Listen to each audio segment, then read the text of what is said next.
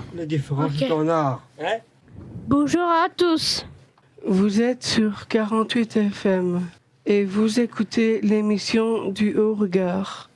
On fait partie du droit de projet de parole organisé par SNK. Alors Roxane, tu peux nous en dire un peu plus sur Au Regard ? Bien sûr.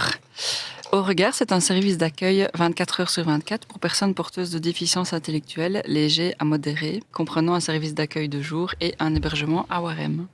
Autour de la table, nous avons une partie de ces résidents.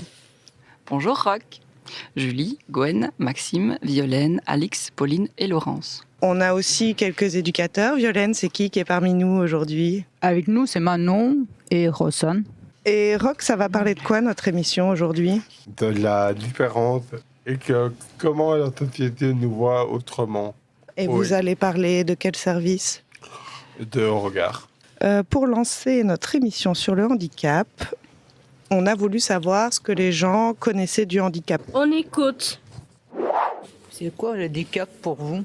Quelque chose en plus, on va dire, que certaines personnes ont et que d'autres pas, mais il peut y avoir plusieurs sortes de handicap, ça peut être physique ou mental, il peut y avoir plusieurs trucs. Le handicap, c'est quand on a des difficultés dans la vie du quotidien et souvent on a besoin d'aide. Je ne sais pas vraiment expliquer ce que c'est. Je dirais que ça peut être des problèmes physiques ou mentaux qui peuvent arriver aux gens. Et je trouve qu'on en parle assez souvent, mais pas forcément trop. Alors, franchement, pour moi, le handicap, c'est... Tout le monde est handicapé pour moi. On a tous la même pour moi. Je ne saurais pas dire comme ça. C'est vaste comme question. L'handicap, c'est... Ça dépend, il y a physique et mental, déjà, pour commencer. Il faut savoir différencier les deux, et puis il y a différents stades. C'est quelqu'un qui a des problèmes mentaux. C'est une personne qui ne sait pas faire comme tout le monde. C'est une différence par rapport à la plupart des gens, je pense. Quelque chose de différent. Maintenant, il y a 36 handicaps, alors tout est une question de perception de chacun. Voilà. Je pense que tout le monde a droit aux égards. Ça peut se caractériser par plusieurs choses. Donc, il peut y avoir une déficience, n'importe laquelle, que ce soit mentale ou alors physique, ou même psychique. C'est la capacité de faire quelque chose. On a tous un handicap dans quelque chose, donc il n'y a pas de personnes qui sont ciblées. Et ça ne représente pas, c'est un mot seulement pour moi le handicap. C'est plus des problèmes que les personnes ont personnellement. C'est une différence mais qui ne change pas le cœur des gens. Est-ce qu'on en parle souvent ? Ça dépend des endroits. Il y a des endroits où on en parle quand même assez et d'autres endroits où on n'en parle pas vraiment beaucoup. Non, on n'en parle pas assez. On devrait en parler plus. Pas beaucoup. C'est très dommage. Pour moi, on n'en parle pas assez. Ouais, non, on n'en parle pas assez. Oui, on parle souvent. Il y a beaucoup de groupes qui viennent pour l'aider. Et même hier, ils sont venus pour... ils ont vendu le gaufre, tout ça. Ils vont pour les personnes handicapées. Oui, on parle souvent et on respecte beaucoup aussi. Oh oui, hein. Enfin, du moins chez moi, je sais pas. Je pense qu'on en parle davantage que du temps où j'étais jeune homme. Oui, ça c'est vrai. Ouais. On parle plus des exceptions maintenant que dans les années 60, je vais dire. Oui. À l'école, oui, mais pas en dehors. Je dirais non, pas très souvent. On en parle lors de l'opération CAP 48 ou dans les structures spécialisées, mais de manière générale, c'est pas un sujet qui est souvent abordé. On est toujours sur quelle radio, Violaine ? 48 FM. Est-ce que les gens connaissaient la définition du handicap dans ce qu'on vient d'entendre ? Non, pas trop. Pas trop, hein. On se rend compte que quand on parle de handicap, on n'arrive pas à avoir une définition claire et précise. Chacun met un peu ce qu'il veut derrière. On vous fait changer de regard sur l'handicap grâce à cette émission. J'espère qu'on va y arriver. Ce que je vous propose, c'est que je vous pose une question et puis qu'on en discute ensemble avec les micros, ça va ? D'accord. Et c'est parti. Alors, moi j'ai une question à vous poser. À votre avis, est-ce que quand on est en situation de handicap, ça veut dire qu'on n'est pas capable ? Non, le handicap n'empêche pas de vivre, n'empêche pas d'avancer. Et ça dépend aussi de la vue de la société envers nous. Tu peux nous expliquer un peu plus ? J'ai l'impression qu'on nous parle de nous, mais comme un petit peu de honte, de gêne, qu'on nous regarde dans certains domaines, honnêtement, on nous regarde de haut, on nous regarde de bas. Et ça personnellement, moi, ça m'énerve, quoi. Et est-ce que tu penses que parce que les autres nous regardent de haut, ça nous empêche de faire des choses alors ? Ça dépend pour certaines personnes, oui, ça dépend pour certaines personnes, non. Et pour toi ? Ça m'empêcherait peut-être de faire des choses plus profondes, mais voilà. Et toi, Alix, t'en penses quoi ? Est-ce que tu penses que si on est en situation de handicap, on est capable ou on n'est pas capable ? On n'est pas capable. Tu penses que t'es pas capable ? Pourquoi ? Je sais pas. C'est qu'on est capable. On est capable ? Oui. Ça n'empêche personne de faire des choses. Mais... Est-ce que le regard des autres, c'est un problème ? Un peu. Et pourquoi ?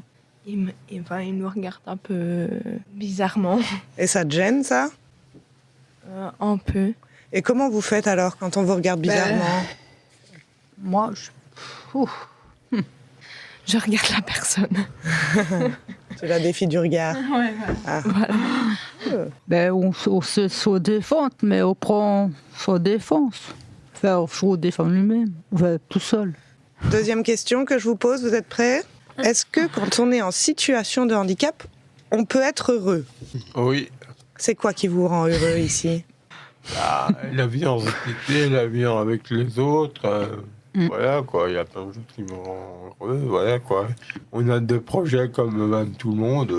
Oui, on a un projet, mais on a un projet simplement comme pour la radio, comme pour être une star, pour des rêves, que ça nous rend heureux aussi. Vous savez rêver, avoir des rêves, et ça vous rend heureux ? Et toi, Maxime, t'es heureux ? C'est quoi qui te rend heureux, toi, dans la vie ? Dans la vie, c'est avec les autres. D'être avec les autres. Ouais. Quoi d'autre encore ? Travailler dans une usine, c'est pas... Travailler dans une usine ? Le fait de pouvoir savoir travailler et d'être avec les autres, de se rendre utile. C'est ça. Et toi, Gwen, t'es heureuse ? Oui. Oui, c'est quoi qui te rend heureuse ? Mario. C'est qui, Mario ? C'est ton amoureux ? C'est qui ? On sait pas. C'est toi ? C'est l'éducateur. Et les autres autour de la table, toi, Violaine, c'est quoi qui te rend heureuse ? Sam, il n'est pas là, mais il est en Italie. C'est qui ? C'est mon amoureux. Ah, ton amoureux, donc. Il est parti en Italie, avec ses parents. Mais c'est pas personnel, mais je suis heureuse pour revoir mes deux neveux chez ma sœur. Ah, ta famille, quand tu vois tes neveux, ça te rend heureuse ? Oui. Voir mes doudous. Tes doudous ? Oui. Ah, c'est qui tes doudous ? Moi, c'est un Stanley. Ah, et c'est des peluches que tu as ? Oh là. Oui. Ah, génial. Eh ben, plein de choses qui vous rendent heureuse. Quand tu regardes ton pull et tu comprends. Attends, elle a un pull avec quoi dessus ? Ah, c'est des chiens ? Oui. Mais c'est des chiens, c'est pas des doudous en fait, c'est des chiens. Est-ce que ça vous va si on fait une dernière question ? Oui. Alors, à votre avis, pour garder la paix, est-ce qu'il faut utiliser la violence ? Ah non. Oh, Maxime, ça, t'es contre ? Moi, je suis contre. Ouais, pourquoi t'es contre ? Il ne faut pas de guerre, avec du respect envers les gens. Il faut respecter nos paroles et voilà quoi. Ok. Et à ton avis, est-ce qu'il faut de la violence pour garder la paix ? C'est triste, mais parfois il faut passer par là. Dans quelle situation, par exemple ? Par exemple, en Belgique, quand on a fait quelque chose de pas bien, on est obligé de passer par la justice. Et est-ce que c'est violent, la justice ? Ça dépend laquelle. Moi, j'ai déjà été à une justice pour mon papy, mais des fois, il fait souvent des bêtises. Mais il était violent avec ma maman, mais... Ok. Et pour toi, c'est une bonne chose qu'il y ait eu la justice alors ? J'ai eu peur, un petit peu. T'as eu peur avant, quand il y avait de la violence, c'est ça ? Et maintenant qu'il y a eu le jugement, ça va mieux ? Ça va mieux. Ok, donc la justice aide à avoir la paix finalement, sans passer par frapper ou... Ouais.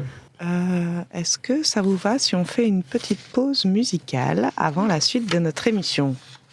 Oui ? Vous voulez écouter quoi ? Grand corps malade. Et elle s'appelle comment cette chanson ? Derrière le brouillard. C'est parti, on écoute. On est toujours sur 48 FM dans l'émission de... Au regard. Au regard. Pauline, tu peux nous dire ce qu'on va faire maintenant ? On a fait un deuxième micro-trottoir. Oui, et on a voulu savoir si les gens connaissaient des services spécialisés pour les personnes en situation de handicap. Vous vous souvenez ? Oui, on écoute ? On écoute. Est-ce que vous connaissez des services qui pourraient aider les personnes qui ont un handicap ? Non. Non, j'en connais pas. Je sais qu'il y a des trucs, mais je sais pas quoi. Et je sais aussi, il y a Cap 48. Parce que j'ai été mousquetée et tout, mais... le plus courant pour moi, c'est Cap 48. Mais comme ça, j'ai pas d'autres trucs. Comme ça, je ne saurais pas dire, parce qu'on n'en parle pas souvent aussi. Je suis désolée. Hein. Non. Non ? Non. Pas du tout ? Non. Pas spécialement, non. J'ai entendu parler, mais je ne les connais pas, non, puisque j'ai eu la chance de ne pas devoir en avoir besoin. Non, je dois dire, non. Je sais qu'il existe beaucoup de choses pour les sans-abri notamment, et pas seulement pour ceux qui subissent un handicap. Mais je ne les connais pas, parce que je vous dis, j'ai eu la chance de ne pas devoir en profiter. Malheureusement, je n'ai pas d'idée. Est-ce que le CPAS, ça existe ? Je le connais beaucoup parce que mes parents travaillent là-dedans. Donc forcément, voilà. Donc eux, c'est surtout pour ce qui est physique. Notre service déjà, c'est le meilleur en fait, au regard. Ensuite, on peut aller vers la PEM 21, on peut aller vers des services comme le Centre Jean-Théouis, les Bleuets. Donc nous avons de belles structures qui prônent l'autonomie de la personne différente. Alors il y a des services résidentiels donc, qui les aident à travailler leur autonomie.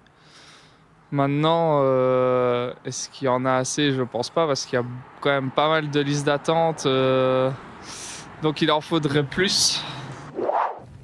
Alors, est-ce que les gens connaissent les services pour les personnes en situation de handicap dans ce qu'on vient d'entendre ? Hélas, non.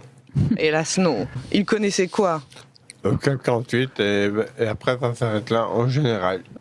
Du coup, nous, on a voulu poser des questions à la VIC. Vous connaissez la VIC ? C'est un service utile. On va poser des questions à une personne de la VIC qui va venir.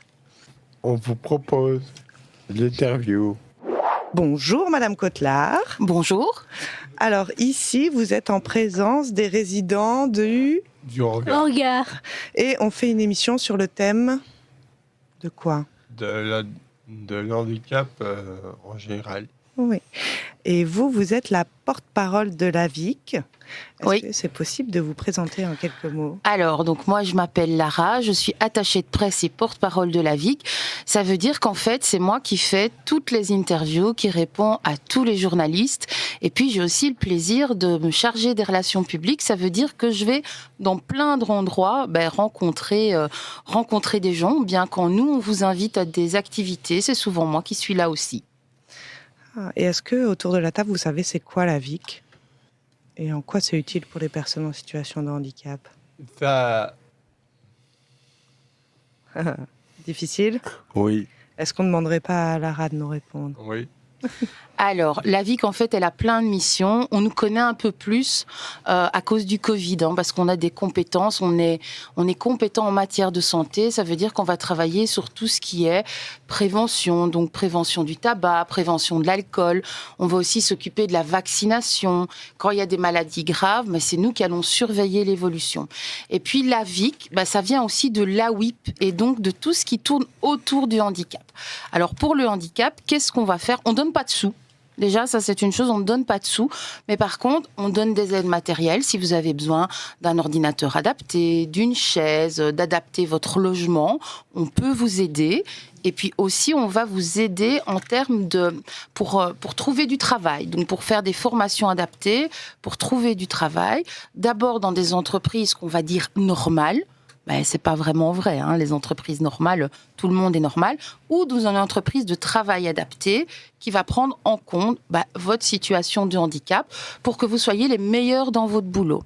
Et on fait encore une chose, c'est qu'on agrée, qu'on surveille et qu'on donne de l'argent aux institutions, aux centres de jour ou aux centres résidentiels dans lesquels vous habitez en tout cas.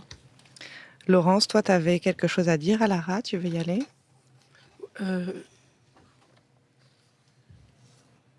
Oui. Vas-y. J'ai simplement une question par rapport aux personnes atteintes de trisomie 21. Mm-hmm. Est-ce que vous êtes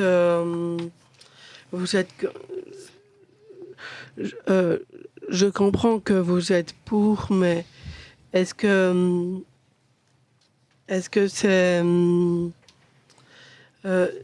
moi je trouve que c'est important, mais est-ce que c'est important pour de personnes d'originaire de Belgique et que ça soit une originaire Laurence de pays. Toi, je me souviens que ta question c'était si on a des handicaps différents, c'était ça. Est-ce que il existe des aides ou des services suffisants ? C'est plutôt pour ça, oui. Alors, je vais quand même répondre à ta première question. Bien évidemment que les personnes qui sont atteintes de trisomie 21, c'est important pour nous. Tous les handicaps sont importants pour nous et tous les handicaps sont différents. C'est-à-dire que si ton voisin, il a la même maladie ou le même handicap que toi, ça ne veut pas dire qu'il va avoir les mêmes besoins que toi. Et donc, pour nous à la VIC, ce qui est important, c'est que chaque personne n'est pas un numéro, mais c'est une personne. Et donc, toi, tu vas avoir besoin de certaines choses, ton voisin, ton copain, il va avoir besoin d'autres choses. Et donc, on essaye vraiment de trouver... Alors, avec les autres services, parce qu'à la VIC, on ne fait pas tout. On travaille avec les associations, on travaille avec les institutions. On essaie de trouver la solution qui va le mieux te convenir. Alors, est-ce qu'il y a assez de services ? J'ai envie de dire, il n'y en a jamais assez, parce qu'on peut toujours faire plus.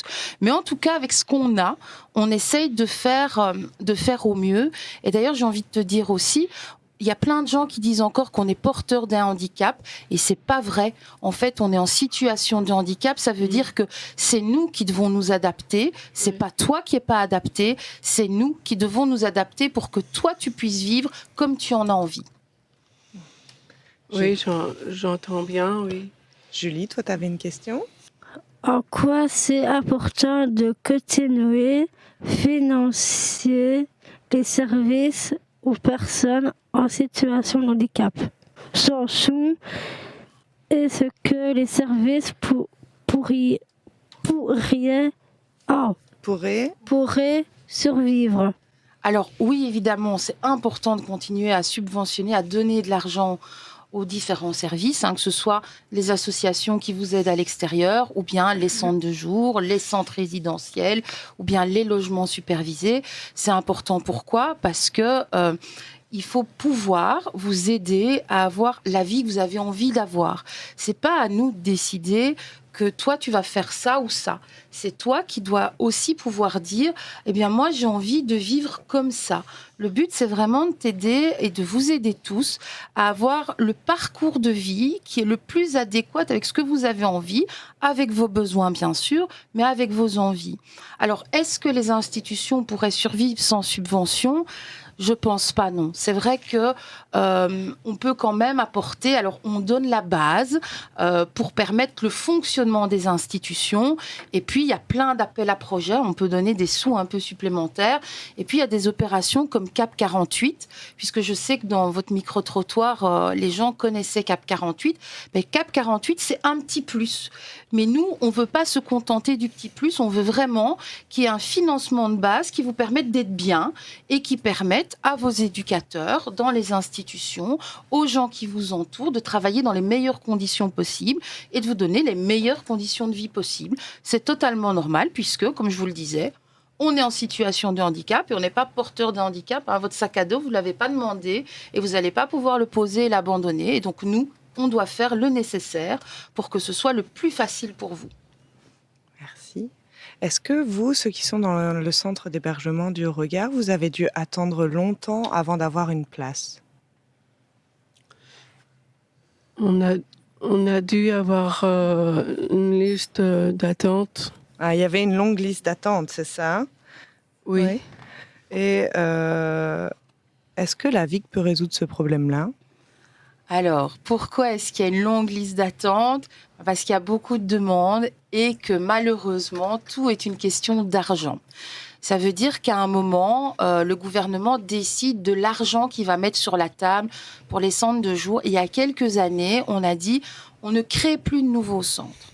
Par contre, on essaie de contourner ce problème d'argent et de décision du gouvernement en se disant on lance des appels à projets. Ça veut dire qu'on peut dégager des moyens financiers pour créer ce qu'on appelle des places supplémentaires. Donc il n'y a pas de nouvelles institutions, il n'y a pas de nouveaux centres qui voient le jour, mais dans les centres, on essaie de financer des places supplémentaires.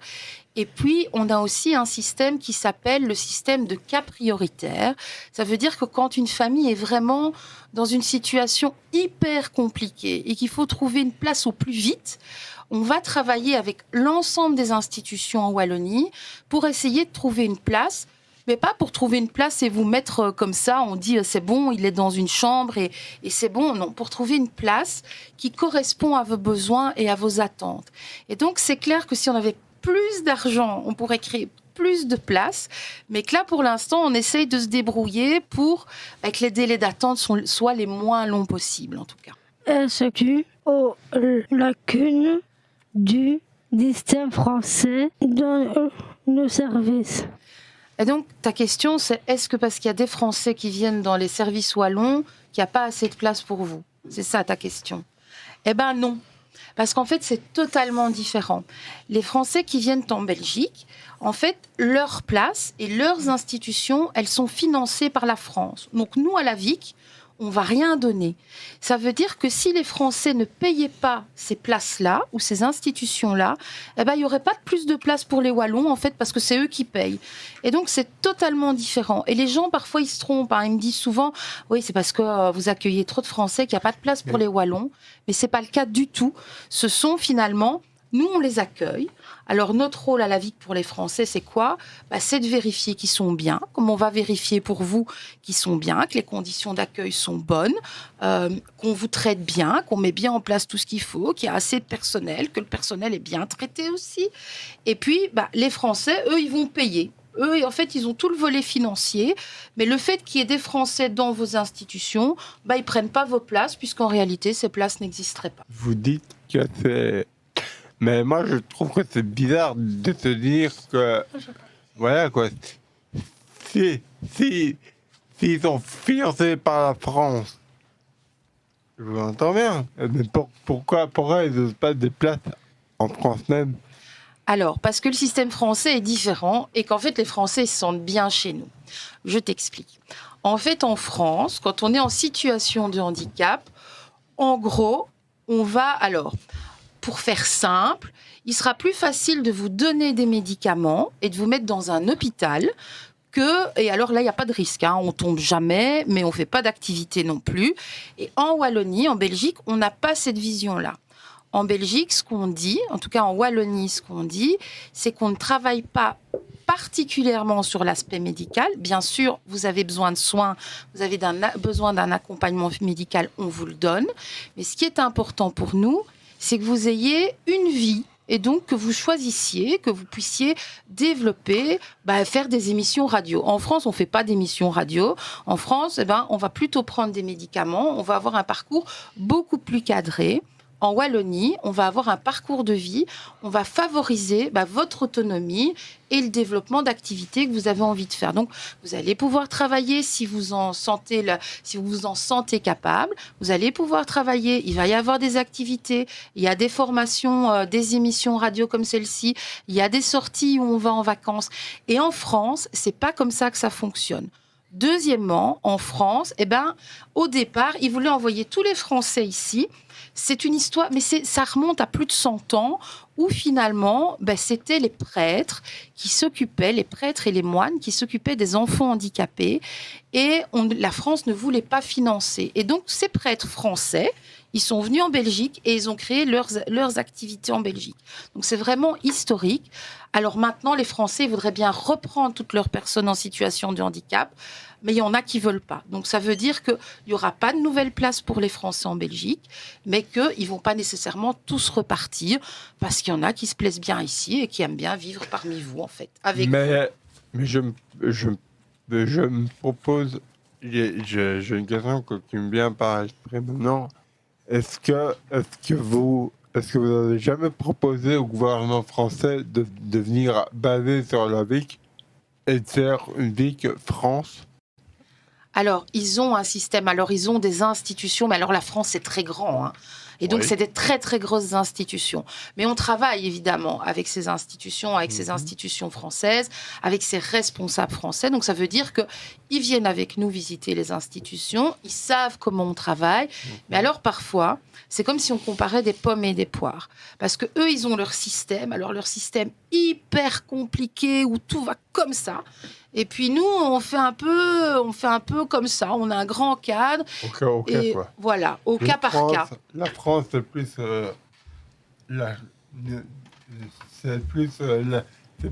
les personnes en général. Et en Belgique, en Wallonie, c'est plutôt la personne qui est mise autour de la personne. Tu as tout compris. En fait, c'est ça. Nous, notre volonté, c'est que toi, tu sois au milieu, et puis qu'on soit tous autour de toi pour trouver la solution, pour trouver ce qui te convient. Mais tu dois pouvoir dire, je suis d'accord ou je suis pas d'accord. Et en France, ça va pas fonctionner comme ça. On va dire, Roch, il va aller dans telle institution parce que sa situation, nous, on décide que c'est comme ça. Tu vois, c'est toute la différence. D'accord. En fait. Donc, tu as de la chance d'être en Wallonie. Laurence, tu veux poser ta question? En quoi le gouvernement impacte le pouvoir de la VIC? Alors, le gouvernement, c'est notre grand patron, en fait. Donc, nous, à la VIC, on a déjà 2 grands chefs. On a plein de chefs. C'est la VIC, il y a plein de chefs. Mais au-dessus de la VIC, c'est le gouvernement qui va décider de l'argent qu'il va nous donner et qui va aussi valider ce qu'on propose comme projet. Donc nous, on va proposer des projets au gouvernement, on va proposer peut-être de donner de l'argent à un hôpital pour qu'il puisse se reconstruire, d'ouvrir un appel à projet pour qu'on puisse développer de nouvelles choses dans votre centre résidentiel. Mais c'est le gouvernement, c'est le ministre qui va décider si oui ou non on va pouvoir le faire. Donc le ministre, en fait, il va décider des grandes lignes et puis nous, on va mettre en œuvre, on va faire ce que le ministre dit, en fait. Bon, alors, notre ministre, il est quand même chouette parce qu'il écoute beaucoup ce qu'on lui dit et donc on travaille beaucoup en collaboration, mais c'est le ministre et surtout le gouvernement qui décide de notre budget et de ce qu'on va avoir comme argent chaque année pour réaliser de nouveaux projets. Pourquoi c'est pas le fédéral qui gère la VIC? Ah là là, ça c'est une bonne question. Parce que tu sais, la Belgique, comment est-ce que je ferais une image de la Belgique? La Belgique, c'est comme une lasagne. Et une lasagne, il y a plein de couches de pâte. De pâte, de viande, de sauce tomate. Voilà, tu vois. Et donc, il y a plein de niveaux de pouvoir différents. Alors, c'est hyper compliqué parce que l'argent, finalement, c'est le gouvernement fédéral qui va le donner. Donc, tout ce que vous avez comme revenu comme allocation de remplacement, c'est le gouvernement fédéral qui va le donner. Mais par contre, tout ce qui est concret, tout ce qui est institution, tout ce qui est aide matérielle, tout ce qui est aide à l'emploi, ça va être l'AVIC. Alors, pourquoi ? Parce qu'en fait, on est plus près. Et donc, on peut gérer les choses plus concrètement. On dit toujours que la Wallonie, le gouvernement wallon, c'est tout ce qui concerne concrètement les gens. Et puis, le gouvernement fédéral, c'est tout ce qui est plus éloigné, c'est toutes les grosses règles. Et puis, en plus, c'est plus simple quand on est sur la Wallonie, sur la Flandre et sur Bruxelles, parce que les réalités, elles ne sont pas les mêmes. C'est-à-dire que le fonctionnement n'est pas les mêmes, que l'état d'esprit... on dit toujours, on impose toujours les Wallons et les Flamands. Les Flamands, tu leur dis c'est comme ça, ils vont le faire. Les Wallons, ils vont réfléchir, ils vont dire je suis pas d'accord. Et donc c'est pour ça qu'il y a différents niveaux de pouvoir. Mais alors on discute entre nous. Il faut savoir qu'il y a plein de moments où on discute et même maintenant, on peut avoir accès à vos dossiers. Ça veut dire que quand toi ou quand ta famille, vous allez faire une demande, il va pas falloir tout répéter. Parce que maintenant, on a accès, on se transmet les informations entre nous, entre l'ESPF qui s'occupe des affaires sociales et de la santé, de l'INAMI, entre l'AVIC, mais aussi avec ta mutuelle. Donc ça veut dire que maintenant, on met en place les choses pour que toi et ta famille, vous ne répétiez pas 300 fois la même chose, que vous ne rendiez pas toujours les mêmes papiers et qu'il y ait un vrai suivi dans ton dossier. C'est mieux pour ta vie de se dire, j'étais petit, les choses se passaient comme ça, maintenant je suis un adulte, mais entre le moment où j'étais un enfant et un adulte, il y a une cassure, il y a un passage. Et nous, on doit s'assurer que ce passage se passe pour le mieux. Donc en fait, nous, pourquoi est-ce que c'est pas au fédéral ? C'est parce que nous, on est plus près de vous et donc on peut gérer au mieux vos réalités.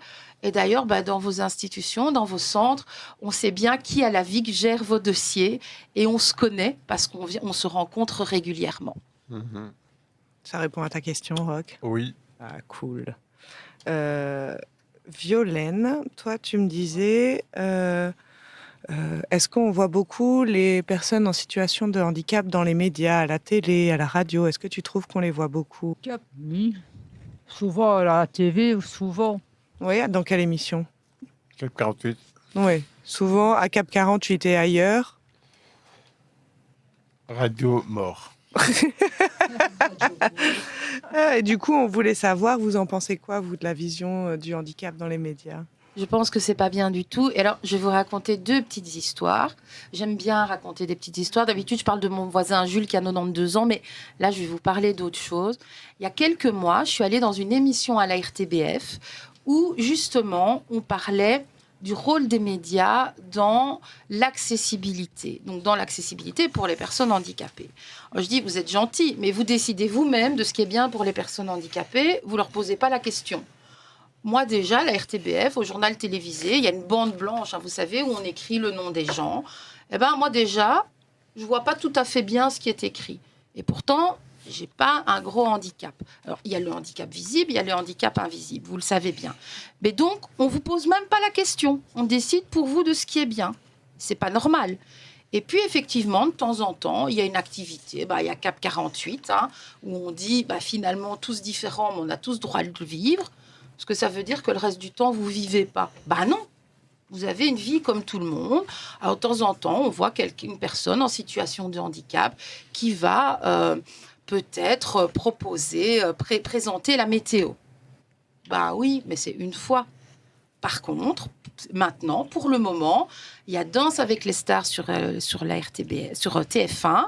Et une des candidates, c'est une personne en situation de handicap. Donc, ça commence à rentrer dans les mœurs. Et puis, au-delà de ça, de plus en plus maintenant, on en voit. La semaine dernière, c'était le festival du film à Mons. Et je vous le raconte parce que franchement, j'ai eu un cœur, mais gros. Je vais voir un film qui s'appelle Mon inséparable. C'est l'histoire d'une maman seule qui vit avec son fils en situation de handicap. C'est un jeune adulte. Il tombe amoureux.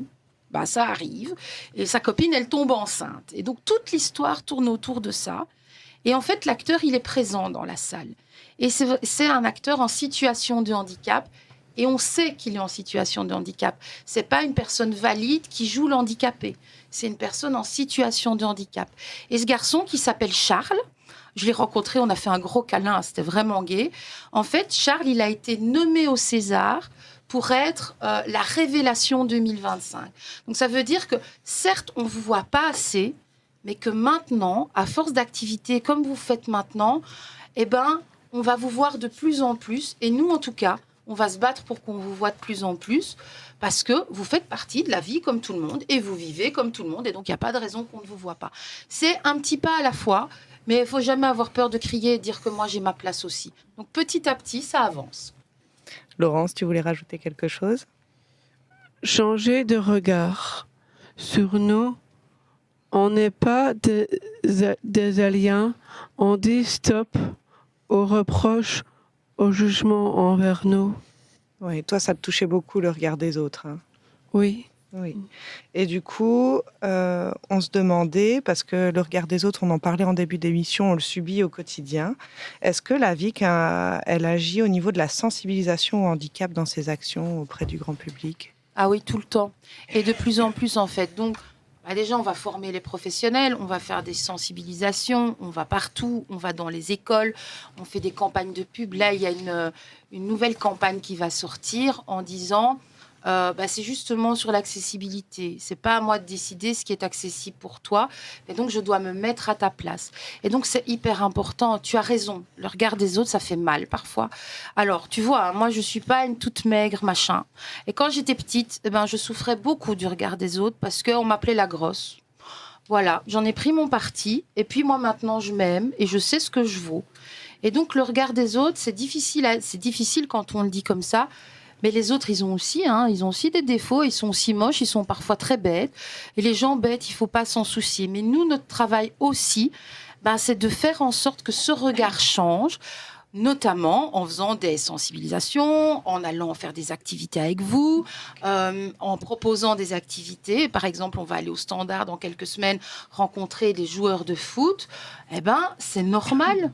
Et il n'y a pas à avoir peur, il n'y a pas à se dire que vous n'avez pas les mêmes chances, les mêmes droits que les autres, même dans le travail. Moi, je me bats vraiment pour répéter, et je le répète à la télé, et je le répéterai encore dans les prochaines semaines. Travailler avec une personne handicapée, c'est parfois mieux que de travailler avec une personne valide, parce que vous avez toujours envie de mieux faire. C'est vrai, oui. Voilà. Donc, le regard des autres, c'est nul, en fait. Tu dois faire comme si ça n'existait pas. Mais c'est difficile, je sais. Oui, je comprends. En fait, je voudrais savoir pourquoi on est obligé de rester tout le temps au centre et pourquoi on ne peut pas partir en famille et qu'on est obligé d'y rester. Donc ça, c'est vraiment une question de financement. Alors, je sais que c'est compliqué, mais c'est un peu comme les enfants, ils sont à la crèche. Il y a un nombre de jours de congé, si tu veux. Mais est-ce que tu estimes que ce n'est pas assez, que tu ne peux pas rentrer assez dans ta famille ? En fait, si, mais en fait, c'est pas vraiment parce que mes parents vivent mal, en fait. Donc, tu aimerais pouvoir rentrer plus facilement chez toi ? Oui. Alors, moi, quand je vais rentrer à la VIC, je vais en parler à mes collègues parce que les choses, elles sont faites pour évoluer. C'est toujours comme ça, hein, on crée une règle et puis peut-être que les choses, elles peuvent changer. Et donc, je vais leur demander pourquoi on ne peut pas changer les choses. Mais tu as raison, si tu as envie de pouvoir rentrer plus souvent, c'est plus facile. Mais pourquoi est-ce que vous devez rester au centre ? C'est parce qu'en fait, on paye le centre en fonction du nombre de jours où vous êtes là. Et donc, quand vous êtes là, le centre, il reçoit de l'argent. C'est plutôt comme ça. Et puis, il y a un certain nombre de jours de congés qui sont prévus. C'est un peu comme quand on est à la crèche, c'est un peu comme les congés scolaires quand on est à l'école, c'est un peu comme quand tu es au chômage, tu as le droit à un certain nombre de jours de congés. C'est des règles qui sont pas toujours très gaies, mais c'est une question d'argent en fait. Mais bon, je vais quand même demander s'il n'y a pas moyen de faire un peu bouger les choses ou s'il n'y a pas des petites dérogations pour pouvoir de temps en temps rentrer un peu plus. Oui. Et est-ce que quand ils sont en congé, le centre est payé ? C'est des jours de congé payés pour le centre malgré tout ou c'est toujours par forfait en fait, hein, c'est comme ça qu'on fonctionne. Mais si on prend par exemple un centre de revalidation, donc je pense à ça pour les jeunes enfants autistes, et bien en fait c'est l'INAMI qui va payer par jour de prise en charge. Et donc, effectivement, c'est un genre de forfait parce qu'on paye pas tous les jours, mais il y a des congés qui sont limités pour cette raison-là. Oui. On ne peut pas dire qu'ils vont rester 3 mois à la maison et venir 8 ou 9 mois. Ça ne va pas être possible. C'est vraiment calculé de façon à ce que ça reste possible et que ça ne mette pas le centre en difficulté. Oui, parce que nous aussi, on a cette difficulté quand SNK organise des activités où on peut s'inscrire individuellement, c'est sur leur jour de congé. Et donc, il faut qu'ils choisissent, soit ils partent en vacances, soit ils font une activité citoyenne. Et donc, c'est toujours le compromis qui n'est pas facile à prendre dans ces moments-là. Et honnêtement, je pense que quand il y a des situations comme ça qui semblent compliquées, je pense qu'à la vie qu'on peut entendre les choses et que les règles elles sont faites pour évoluer. Parce que la société, elle n'est plus comme il y a 30 ans. Et il y a peut-être des choses qui peuvent être faites. Et donc, n'hésitez jamais à nous le dire. Mais là, j'ai retenu. Et quand je vais rentrer à la VIC dans quelques heures, maintenant, je vais en parler directement. Qu'est-ce qu'on dit à Lara pour cette interview ? Merci. Merci. Bonne journée. Merci, bonne journée. Merci à vous. Petite pause musique. On écoute Louane. On est toujours sur... 48 FM. Le haut regard, on ne veut pas être regardé de haut. Le regard des autres blesse plus que les coups. On a demandé aux passants, on a fait un micro-trottoir sur ce sujet-là. Oui, et c'était quoi la question, tu t'en rappelles ou pas ? C'est quoi un service d'hébergement de jour ? On écoute. C'est quoi un centre de jour pour vous ? Un centre de jour, je pense, c'est quand on passe la journée avec d'autres personnes, des personnes qui ont des problèmes, et alors ils passent la journée ensemble. J'en ai aucune idée, je sais pas ce que c'est. Ouais, mais centre de jour, c'est un peu où il y a un peu comme une école, non ? Enfin, Les ils personnes, peuvent y elles n'ont pas aller, forcément les moyens ou elles ont des problèmes ou quoi, elles peuvent aller pour avoir un endroit où être et tout ça, avoir mangé et tout ça. Les personnes handicapées, les parents ne savent pas s'en occuper spécialement tout le temps et ils restent dans les centres pour faciliter la vie de famille, quoi, parce que c'est pas toujours évident. Bon, on les apprend à être un peu autonomes et tout ça, il faut des jeux, voilà. C'est pour aider les personnes, non ? Et qu'est-ce qu'on y ferait ? Essayer d'aider au mieux les personnes qui en ont besoin. C'est un endroit où on peut héberger, où y dormir et on est logé en fait, nourri et voilà. C'est un centre où les personnes handicapées peuvent être logées. Ah oui, mais ça je connais, oui. C'est ça où les parents peuvent déposer leurs enfants et où s'occupent d'eux pendant la journée. Et une formation, quoi. C'est une aide pour les personnes qui en ont besoin ce jour-là, oui, je pense. Donc à faire des activités pour que les personnes en situation de handicap puissent améliorer tous des gestes ou des habitudes qu'ils pourraient avoir besoin dans leur vie. Donc imaginons par exemple un atelier cuisine, ça peut toujours être utile pour si il veut faire de la cuisine un moment ou autre chose. Il y a plein d'activités comme ça. Un centre qui peut peut-être les aider à comprendre à peu près ce qu'ils ont et à progresser. Pour les aider ?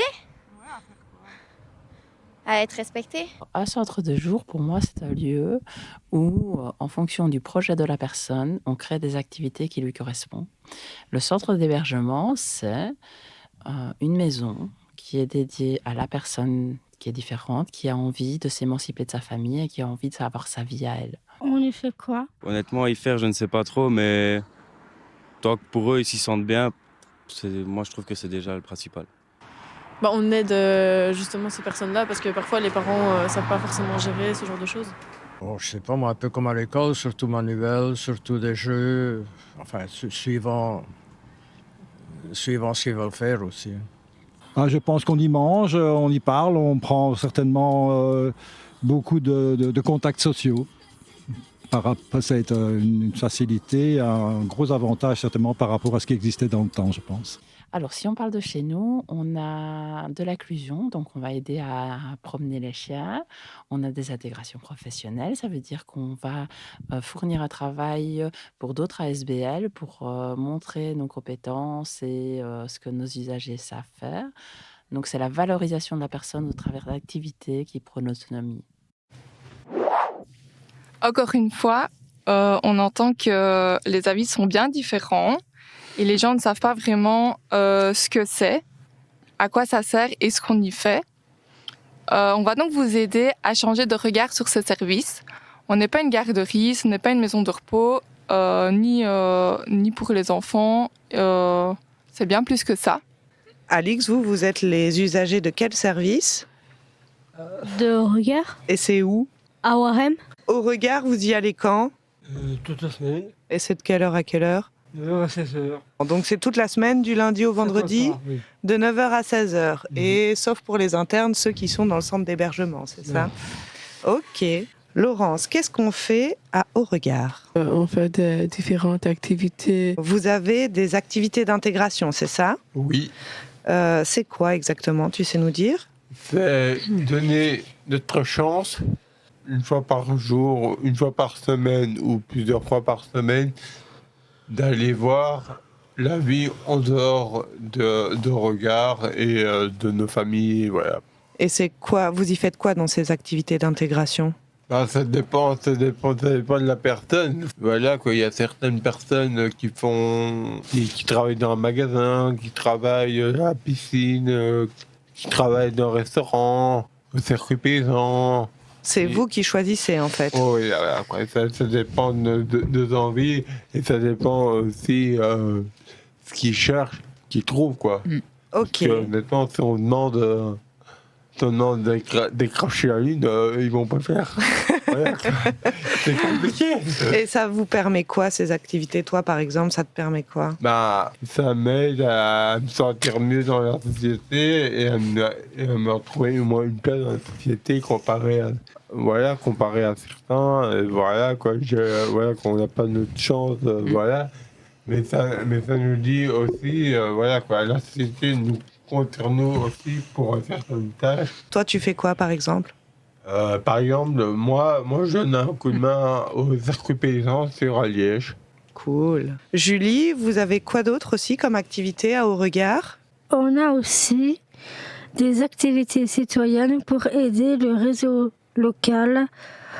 On va en groupe et on donne un coup de main dans la ferme des environs dans un refuge pour animaux. Et toi, t'aimes bien faire ça ? Oui. À Au Regard, vous avez chacun un projet individuel.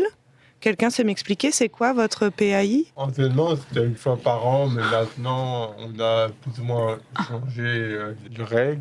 C'est une réunion qu'on peut inviter nos parents ou alors la personne qu'on veut qui nous accompagne en dehors de Regard avec l'assistance sociale, la direction, le chef d'éduc et l'éduc référent. Et vous parlez de quoi ? De nos projets qu'on a bien, voilà, et de voir la vie en général, le regard. Et vos objectifs, quoi, des objectifs que vous voulez vous mettre. Et toi, c'est quoi ton projet dans ton PAI ? Il y en a plusieurs. Moi, tu m'avais parlé d'une brasserie. Oui, j'ai eu la chance de donner un coup de main dans une brasserie et que là, maintenant, depuis 5 ans, j'ai investi dans une micro-brasserie et donc là, maintenant, voilà, quoi. Tu fais de la bière, quoi. Voilà. Hein ? On peut venir la goûter ? Je me touche quand je veux. Tu la goûtes quand tu veux, c'est ça ? Je me touche quand je veux et gratuitement. Laurence, vous avez quoi d'autre comme atelier ? On a l'atelier boutique. On confectionne du vin, du sureau, de la confiture, des lasagnes, du jus de pomme, des calumets qu'on vend à qui le veut pour avoir de l'argent pour les sorties organisées par le service. Du coup, si vous voulez venir acheter nos bons produits, il suffit de venir nous rendre visite entre 9h et 16h du lundi au vendredi ou de nous appeler au 019 32 87 08. Quand on a l'occasion, on va chercher les fruits et produits chez les producteurs ou les particuliers. Alors, si vous voulez faire un don, contactez-nous. En plus, si vous êtes dans la région, on vient les chercher, toujours avec le sourire. Et Alix, vous avez aussi d'autres activités qu'on n'a pas dit encore. Tu sais lesquelles, toi ? Sport. Oui. Peindre. Ah, peindre, artistique, oui. Et quoi d'autre ? Bien-être. Un petit journal. Vous faites un petit journal. Excellent. Mais vous faites plein de choses, en fait. Oui. Et Violaine, à Beauregard, il y a un centre de jour, mais il y a aussi au centre d'hébergement, quoi, pour d'autres résidents le week-end et le soir? Ben, pour nous qu'on vit au Beauregard, nous. Ah, pour que vous Mais- viviez là-bas? Et ça sert à quoi? Ben, je vais au Beauregard avec les autres, Julie, Laurence, moi et Alice. Et vous vivez ensemble? Tous dans la même chambre? Moi, j'ai ma chambre. Et on peut inviter qui on veut? J'invite souvent Sam. Toi, t'invites souvent Sam. Pauline, comment on fait si on veut inviter quelqu'un ou si on veut sortir? Il faut prévenir l'éducateur. À quoi ça sert ce service? Ce service peut être une solution si on ne sait pas vivre seul, mais qu'on veut avoir chez soi ailleurs que chez ses parents, ou bien une transition pour après vivre seul ou dans un appartement supervisé. Ah, c'est cool ça. Donc ça sert un peu à s'émanciper, avoir son chez-soi, se sociabiliser, apprendre à vivre un peu tout seul, quoi. Ouais. Oui, avant de pouvoir peut-être avoir son propre chez-soi ou un logement supervisé. Cool. Gwen, on va écouter une dernière chanson. Tu sais nous dire le titre? Ouais. On écoute quoi? Maladie d'amour. Non, c'est raté. On écoute Yannick Noah, tu peux dire. On écoute. Noah. Yannick Noah, et elle s'appelle comment? La chanson, c'est Os. C'est parti. On écoute? Oui. Ah, On écoute. On est toujours sur quelle radio? 48 FM. Avec l'émission de... Beauregard. Et c'est le moment de jouer. Et bah, vous avez préparé un petit jeu qui est un quiz. Attention, première question. À votre avis, combien y a-t-il d'usagers à Beauregard? 10, 15 ou 19? 19. Toi, tu dirais 19? Le numéro 10. Toi, tu dirais 10? Moi, je dirais comme Maxime. Eh bien, c'était Rock qui avait raison, avec 19 résidents. Quels sont les 3 services que Beauregard propose? Home Regard. Le Home Regard, oh, je savais pas, mais quel jeu de mots, magnifique. C'est elle qui l'a inventé, oui. Ah, et magnifique. C'est un service d'hébergement, ça s'appelle. Mais Home Regard, j'aime beaucoup. On va peut-être le proposer à la direction.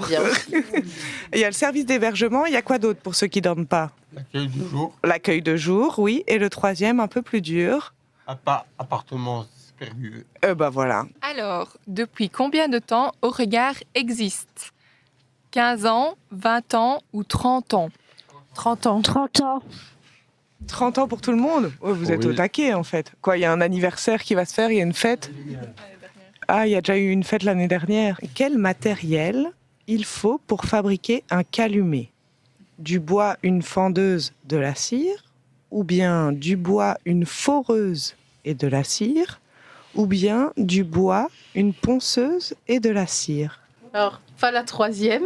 Pas de ponceuse. Donc on hésite entre une foreuse ou une fendeuse. Je dirais une fendeuse. Exact. Oui. Oui. Parce qu'au Beauregard, ils fabriquent leur propre calumet qu'ils vendent après. C'est vrai? ça. Ah purée, parce que j'en avais justement pour allumer, donc je dois venir vous voir. Je vais venir vous voir. Oui. Et ils fabriquent même des lasagnes, donc ils sont très au courant de comment on fait des lasagnes, D'accord. Bah, figure-toi. vous pouvez les appeler la Eh ben, je viendrai vous voir, franchement. Quelle sorte de sucre on met dans les confitures qu'on confectionne? Le sucre fin. Ah, toi, tu dis du sucre fin. Qui pense que c'est du sucre fin ou un autre sucre? C'est un autre sucre, mais c'est un sucre citron. Alors, dans les propositions, pour vous aider un petit peu, il y a soit du sucre roux, du sucre gélifiant, du sucre impalpable ou du sucre fin. Gélifiant. Deuxième. Eh bien, c'était le sucre gélifiant. Bonne réponse. Vous faites aussi des confitures? Oui. Et du vin de sureau. Et quoi d'autre? Du jus de pomme. Oui. De la bolognaise et des confitures, plusieurs confitures. Et ils les vendent après pour pouvoir financer leur sortie. Et des projets qu'on a. C'est Exactement. cool. Bon, quand est-ce que vous m'invitez? Parce qu'il faut que je vienne au moins passer une journée là. Venez quand vous voulez. Entre 9h et 16h, du lundi au vendredi. Et si vous avez trop de fruits dans votre jardin, vous n'hésitez pas à les donner, comme ça ils pourront en faire de la bonne confiture aussi. D'accord. Je retiens. Quel arbre travaillez-vous à la ferme à Osden? Osdan. Osdan. Ouais, c'est Osdan. J'y suis allée franco. Oui, c'est Osdan. Oh, bah, excusez-moi. Pardon. Alors, Le saut, là. Moi, je suis d'accord. c'est une bonne réponse, c'est le saut. J'ai même pas eu besoin de dire les 3 propositions, quoi. Au taquet, Maxime. Qu'est-ce qui a lieu tous les dimanches à Haut-Regard? C'est souvent gras et délicieux. Ah, des frites, des poulets frites. Ouais, il y a des boulets frites et c'est à quelle occasion? Comment ça s'appelle ce moment? Plus pizza. Les repas. Plaisir. Ah, c'est pour ça on entend boulet, frites, pizza. Les repas plaisir du dimanche, quoi. Oui. C'est vous qui choisissez? Ça dépend lequel. C'est souvent Roxane qui fait les menus, en fait. Elle connaît bien vos goûts, alors. Ah bah, Roxane, justement, question suivante. C'est une activité où on commence par s'échauffer. Ça nous aide à bien parler, à nous exprimer avec notre corps. On y rigole beaucoup. On doit parfois faire des improvisations. Quelle activité suis-je? Théâtre. Vous faites du théâtre aussi? Oui. Et vous faites des impros? Oui. Et vous faites des spectacles? On est en train de Peut-être bientôt. Peut-être bientôt. Le vendredi, mon dos l'adore. Grâce à ça, je suis zen avant le week-end. J'adore la musique douce et la lumière t'amuser. Ah, c'est bien-être. Julie, toi, t'aimes bien l'activité bien-être? Oui. Et vous faites quoi pendant l'activité bien-être? On se relaxe. On fait des massages. On fait des massages, oui. Avec des objets pour masser le dos et les jambes. Trop bien. Et c'est vous qui faites les massages? Oui, avec une éducatrice qui participe à cet atelier-là. Il s'appelle Manon. Ah, c'est Manon. Bah Manon, vas-y. Prochaine question. Alors, c'est une petite devinette. Ouais, c'est bon, c'est sûr. J'ai des yeux pas nécessairement foncés. Je remue la queue. J'adore jouer à la balle ou à la corde. Je suis le meilleur ami de l'homme. Je peux m'appeler Paco, Lucky, Gamma, Rocky, Gus. Le chien. Qui suis-je? Oui. Les chiens, ouais, Paco. C'est qui, Paco? Paco, c'est le chien de Roxane. Ah ouais. Et toi, il s'appelle comment tes chiens, Alix? Watson et Stanley. Oui, Violaine, tu veux? Tosca et Lala. Oh, mais allez. Et moi aussi, j'ai 2 chiens chez moi. Il s'appelle comment? Moi, j'en ai un qui s'appelle Basile et l'autre Kenzo. Excellent. Question suivante. Elle a lieu 2 fois par semaine à Haut-Regard. Si on ne remue pas, on tombe dans le fond. Si je veux y aller, j'ai intérêt à avoir pris les bons habits. La piscine. Bien trouvé. Tout le monde va à la piscine ici? Oui. Non. Non, toi tu vas pas? Non. Parce que t'as pas les bons habits? Non, parce que je fais d'autres choses. C'est pour les filles. Hein.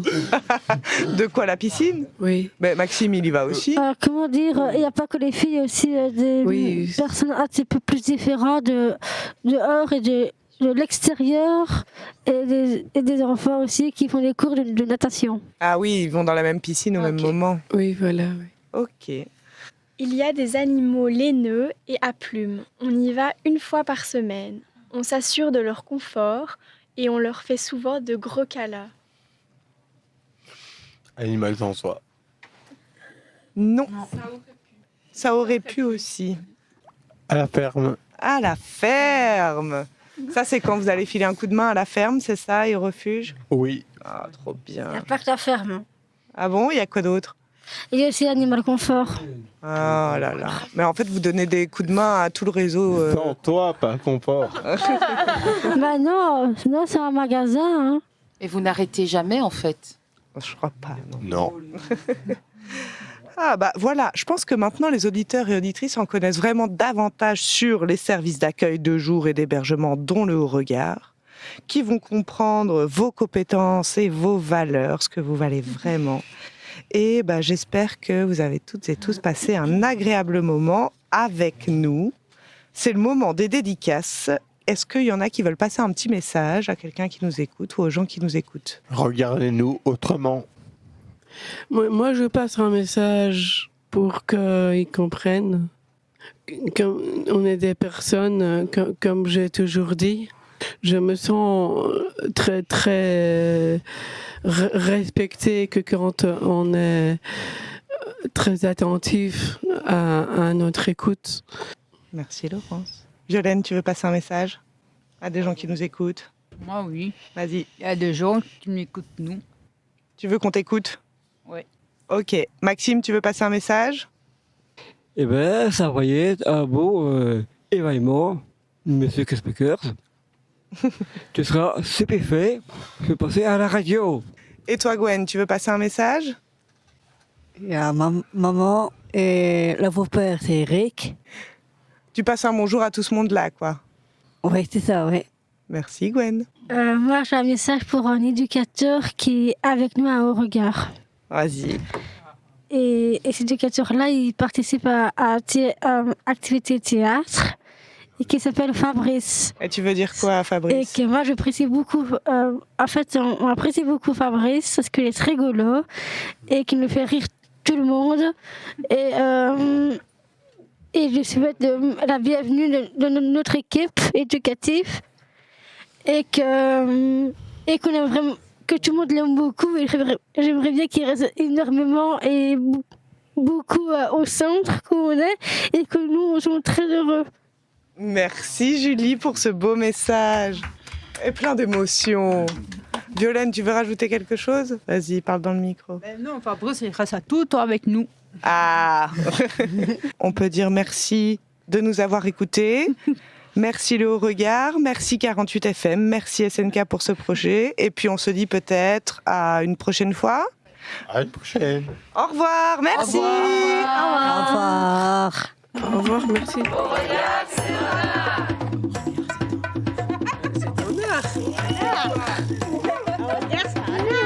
Au regard. La différence est en art. Hein?